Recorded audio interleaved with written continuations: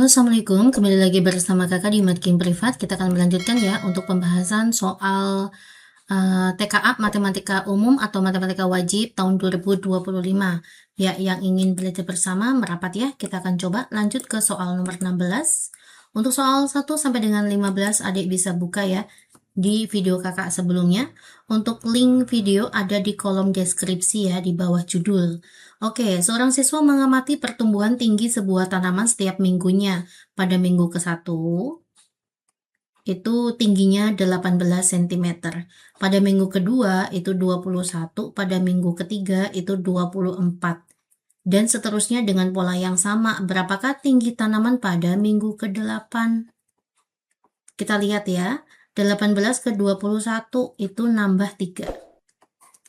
21 ke 24 itu nambah 3. Nah, ini karena selisihnya tetap, maka membentuk baris aritmatika.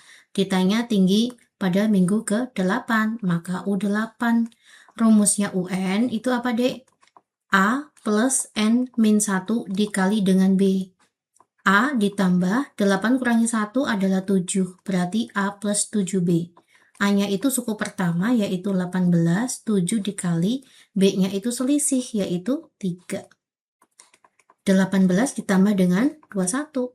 8 tambah 1, 9, 1 tambah 2, 3. Pasti bisa ya.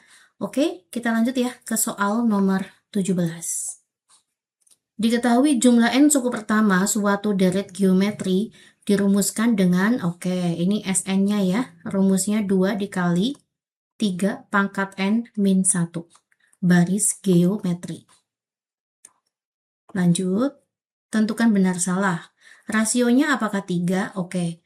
Mencari rasio, itu rumusnya adalah U2 dibagi dengan U1. Nah, kalau mencari UN, jika diketahui Sn, maka rumusnya Sn dikurangi Sn min 1. Contoh nih, kalau ditanya U2, maka nanti S2 dikurangi S1. Kalau ditanya U3, maka S3 dikurangi S2. Begitu seterusnya. Nah, sekarang kita akan mencari U2 dulu ya. Maka nanti mencari U2 itu rumusnya adalah S2 dikurangi S1. S2-nya tinggal kita masukkan N-nya 2. 2 dikali 3 pangkat 2 dikurangi 1. Kita kurangi dengan S1. 2 dikali 3 pangkat 1 kurangi 1. 2 dikali 3 pangkat 2 itu 9. 9 kurangi 1 adalah 8. 2 pangkat 8 dikurangi 2. 3 kurangi 1 adalah 2. 2 kalikan 8 itu adalah 16 dikurangi 2 kalikan 2 itu 4. 16 kurangi 4 itu adalah 12. Ini U2. U2-nya adalah 12. U1-nya berapa? Ini U1-nya. Udah ketemu ya. Kalau U1 berarti kan 4 ya. U1 tuh sama JS1. Jumlah suku pertamanya ya. Maka U1-nya 4. 12 dibagi 4 adalah 3. Berarti pernyataan yang benar. Jumlah 2 suku pertama. Oke. Ditanya U1 ditambah U2. Kita udah dapat ya. U1-nya itu adalah 4. U2-nya 12. 4 tambah 12 adalah 16. Benar. Hasil kali suku kedua dan suku ketiga. Oke, suku pertama kita udah dapat angka 4. Ternyata rasionya 3, maka 4 kalikan 3 kan 12. 12 kalikan 3 itu 36. Ditanya hasil kali suku kedua dan suku ketiga. Ini kita kali nih. 12 dikali dengan 36. 12, 1, 7. 3 kalikan 26, sini 3 ya. 2, 7 tambah 6 itu 13 ya. 13, 432. Salah ya, Dek? Oke, pasti bisa. Next, kita masuk ke soal nomor 18. Pak Endri mempunyai ruangan kerja yang berukuran 844. Oke, panjangnya 8 ya. Lalu sini lebarnya 4, tingginya juga 4. Panjang kabel lampu atau garis tebal yang dibutuhkan Pak Endri sesuai dengan desain pada gambar tersebut. Nah, yang tebal tuh yang mana? Yang tebal tuh yang ini ya, Dek. Nah, ini yang tebal. Nah, Oke, berapakah panjang kabel yang dibutuhkan? Oke ya. Nah, ini adik bisa buat menjadi segitiga siku-siku, Dek. Kita butuh yang warnanya merah ya. Nah, jika ini 1, maka ini juga 1. Ini berarti 1. Ya, diketahui ini 1 ya, Dek. Maka ini juga 1. Oke, selanjutnya kita akan mencari ini. Nah, ini kan 8 tuh. Udah kepake 5,6. Maka nanti kita dapat sisi sini ya. 8 dikurangi 5,6. 8,0 kita kurangi dengan 5,6. Maka 4 ya, 7 kurangi 5, 2. Nah, kita dapat sini 2,4. Nanti kita dapat nilainya X ya. Pakai Pythagoras karena ini bisa membentuk sudut siku-siku. X sama dengan akar 2,4 kuadrat ditambah 1 kuadrat. Akar 2,4 kuadrat itu adalah 5,76 ya. 5,76 ditambah 1. 5,76 ditambah 1 itu adalah 6,76. Akar 6,76 itu adalah 2,6 ya. Nah, oke. X-nya kita dapat 2,6. Berarti nanti panjang kabel itu yang berwarna merah ya, Dek. 2,6 kita tambah dengan 1. 3,6 meter ya. Nah, kita jadiin senti, jawabannya 360 senti. Oke, lanjut ya ke soal nomor 19. Dan titik Q adalah min 6,4. Bila transformasi yang menyebabkan titik Q merupakan bayangan dari titik P. Oh, berarti P 3,-2. Bayangannya itu adalah Q. Q-nya adalah min 6,4. Nah, apakah hasil translasi? Kita akan coba ya. P 3,-2 kita translasikan terhadap min 96. Kalau translasi tinggal dijumlah aja ya. Maka nanti bayangannya 3 ditambah dengan min 9 itu adalah min 6. Min 2 ditambah dengan 6 itu adalah 4. Nah, sesuai ya, berarti benar. Nah, apakah titik P 3,-2 kita refleksikan terhadap sumbu X? Kita mirrorkan terhadap sumbu X. Ya, jika direfleksikan dengan sumbu X, maka hasilnya itu adalah X, min Y. Maka harusnya 3, min sama min jadi plus 3,2. Salah ya. Selanjutnya, titik P 3,-2 kita refleksikan terhadap sumbu Y. Mengingatkan kembali, kalau refleksi terhadap sumbu Y itu hasilnya min X, Y. Maka min 3, min 2. X-nya jadi min, Y-nya tetap. Oke, selanjutnya P 3,-2 kita rotasikan ya. Kita rotasikan pusatnya 0,0 sejauh 180 derajat. Searah jarum jam. Oh, maka sudutnya negatif. Karena searah jarum jam. Jika refleksi terhadap jika rotasi terhadap sudut gimana? Kita bisa pakai matriks ya kalau belum hafal hasilnya langsung. Nanti rumusnya adalah kosin min sin cos. Kosin min sin cos gitu ya, Dek. Ya. Dikali dengan XY. Nah, cos 180 sin negatif 180 itu 0, ini berarti 0, ini adalah min 1. Dikali dengan XY. Oke ya, baris kali kolom. Maka nanti negatif X, negatif Y. Nah, hasilnya adalah min 3,2. Oke. Yang terakhir, P 3,-2 kita dilatasikan. Dengan pusatnya 0,0, faktor skalanya adalah min 2. Kalau dilatasi tinggal dikali aja, Dek. 3 kalikan min 2 itu adalah min 6. Min 2 kalikan min 2 itu adalah 4. Betul ya? Sesuai dengan permintaan. Jadi yang tepat itu adalah pernyataan pertama dan terakhir. Lanjut ya, kita masuk ke soal nomor 20. Sebuah menara air setinggi 12 meter berdiri di depan sebuah pohon. Jarak antara menara air dan pohon adalah 10 meter. Ini ada menara ya. Dan di sini ada pohon. Oke. Jarak antara tingginya menara air itu adalah 12. Jarak antara pohon dengan menara itu adalah 10.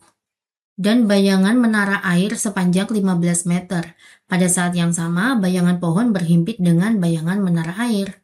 Oke ya, ini berarti bayangannya berhimpit. Kurang lebihnya kayak gini ya nantinya ya.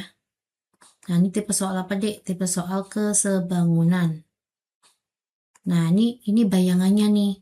Bayangannya tuh berhimpit dengan bayangan pohon. Nah, ini jaraknya untuk bayangannya menara adalah 15 meter. Oke. Nah, berarti nanti sini 5 ya.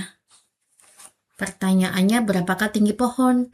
Tinggi pohon berapa? Nah, kita bisa gunakan metode kesebangunan ya. Nanti tinggi pohon banding tinggi menara sama dengan bayangan pohon banding bayangan menara 15. 15 bagi 5 itu adalah 3. Maka nanti tinggi sama dengan 12 dibagi 3. Tingginya pohon adalah 4 meter. Bisa ya? Next, kita ke soal nomor 21. Diketahui sin alfa itu adalah 3/4. Tentukan benar atau salah. Alfa ini ya. Nah, apa sih rumusnya sin? Sin itu rumusnya adalah sin demi. Oke, berarti depannya 3, miringnya adalah 4. Depannya itu adalah QR, miringnya itu adalah PR. Oke, berarti 3/4, QR-nya tidak tahu, PR-nya itu adalah 20. 20 bagi 4 itu adalah 5, maka nanti QR sama dengan 5 kalikan 3, 15. Oke, kita dapat QR-nya 15. Nah, yang ditanya itu pernyataannya tentang sudut beta ya. Maka kita fokus ke beta.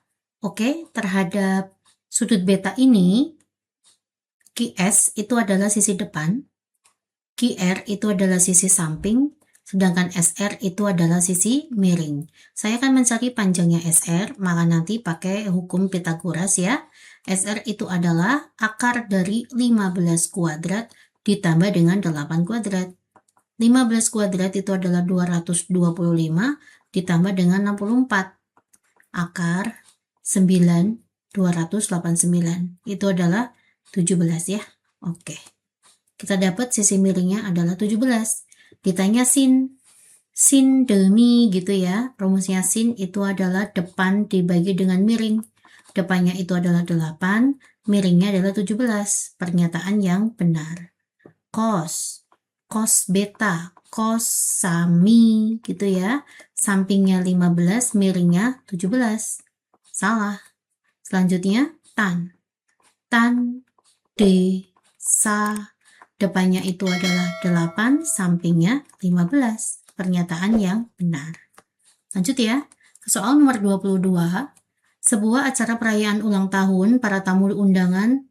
Para tamu diminta mengenakan pakaian dengan dress code berwarna biru atau putih. Terdapat 60 orang tamu, oke, 60 yang hadir pada acara tersebut. 40 orang tamu laki-laki, 40-nya itu adalah laki-laki. Dari laki-laki itu 20 orang mengenakan pakaian berwarna putih ya. Oke. 20-nya itu menggunakan pakaian putih. Berarti sisanya ya 20 juga ya mengenakan pakaian biru. Selanjutnya, kalau laki-lakinya 40 berarti perempuannya 20 ya. 20 perempuan. Ini 20 perempuan. 7 orang mengenakan pakaian berwarna putih. 7 orang mengenakan pakaian putih. Dan sisanya biru. Maka 13 ya. 13 mengenakan biru. Jika panitia akan memilih 1 orang tamu secara acak, untuk menerima hadiah, berapa peluang tamu yang terpilih menggunakan pakaian berwarna putih? Oke ya, untuk yang berwarna putih itu berarti ada berapa anak? 20 ditambah 7, 27. Karena ada kata-kata acak, maka kita bisa menggunakan kombinasi ya. Maka peluang terpilih yang berwarna putih itu adalah kombinasi 27 orang yang pakai putih terambil 1, dibagi dengan sampelnya itu 60 orang terambil 1. Maka 27 per 60. Dibagi 3 itu adalah 9, dibagi 3 itu adalah 20. Nah, yang diminta persentase, maka 9 per 20 saya kali dengan 100%. 100 bagi 20 adalah 5. Jawabannya 45%. Bisa ya? Next, kita ke soal nomor 23. Berdasarkan diagram garis pada gambar di bawah, pada tahun manakah pilihan karir wirausaha menjadi pilihan yang paling tidak populer? Nah, memiliki jumlah peminat yang sedikit ya, paling sedikit. Oke, wirausaha itu yang garisnya lurus full ya. Kuliah itu yang titik-titik, kalau yang bekerja juga titik-titik. Nah, kita fokus yang garis full lurus aja. Pada tahun 2020, wirausaha itu lebih dominan ya daripada kuliah. Lebih dominan diminati, maka salah.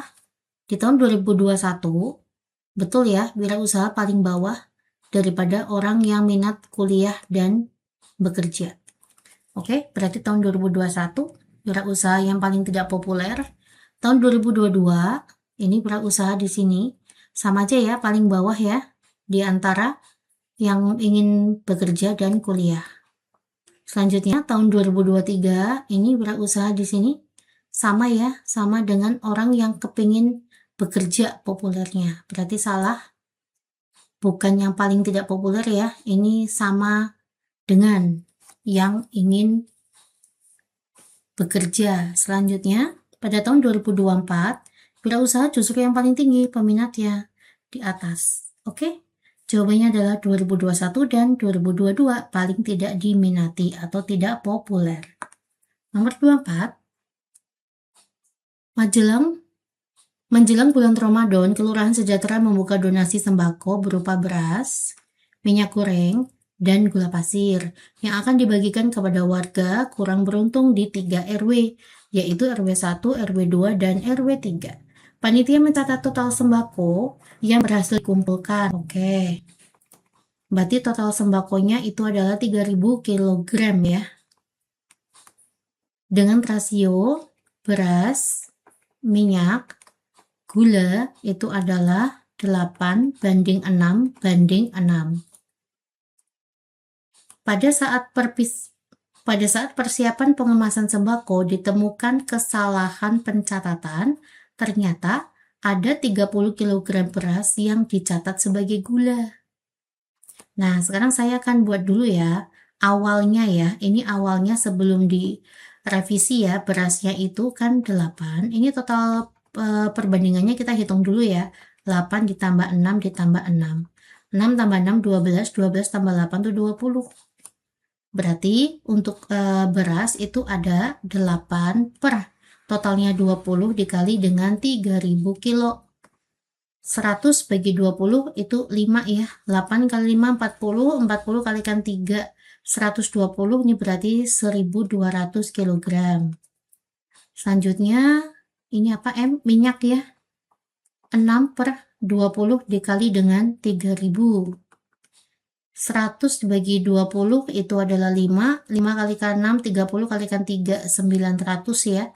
Nah, untuk gula juga sama, 6 per 20 dikali dengan 3000, maka 900 kg. Nah, sekarang baru kita lihat di sini, ada kesalahan pencatatan, ternyata 30 kg beras tercatat sebagai gula. Jadi berasnya nanti kita tambah dengan 30 kilo, karena salah nyatet ya, 1, 2, 30. Berarti gulanya kita kurangi dengan 30. Nah, berarti 870. Nah, ini yang udah benar. Ini yang sudah komposisinya benar, dibenarkan ya. Berdasarkan data dan koreksi data, jumlah gula pasir yang akan diterima RW 3. RW 3 berarti dapat gula berapa? 30 per 100 saya kali dengan 870. Ini gula nih. Ya, udah dibetulin ya. Coret, coret, coret, coret. 7 kalikan 3 itu adalah 21, nyimpen 2. 8 kalikan 3, 24 tambah 2, 26. Jawabannya 261 kilo. Bisa ya, Dek? Oke, kita masuk ke soal terakhir untuk matematika wajib. Diketahui 5 orang A, B, C, D, dan E duduk berjajar pada 5 kursi di suatu bioskop. Terdapat 2 ketentuan posisi duduk yang harus ditetapkan. Tuh 2, 3, 4, 5 gitu ya. Kita gunakan metode filling slot. Nah, berarti ada 2 kemungkinan ya. A-nya bisa di paling depan atau bisa juga 1, 2, 3, 4, 5. Bukan paling depan ya, paling kiri ya. Atau bisa juga A-nya paling kanan. Karena kedudukan A ini sudah pasti ya, maka tinggal berebut 4 posisi nanti caranya. Oke, kok ternyata B dan C harus duduk bersama, maka saya anggap B sama C satu anggota. Berarti C-nya berapa anggota? 1, 2, 3. Maka nanti saya buat 3 faktorial dikali dengan 2 faktorial. 2 faktorialnya dari mana, Mbak? Ini antara B sama C kan bisa tuker-tukeran. Bisa BC, bisa CB. Nah, jangan lupa saya kali dengan 2. Karena ada 2 kemungkinan. Ini kemungkinan pertama, ini kemungkinan kedua. 3 faktorial itu adalah 6. 2 faktorial itu 2. Dikali 2, 6 dikalikan 4. Jawabannya 24. Oke, terima kasih perhatiannya. Semoga bermanfaat ya. Assalamualaikum.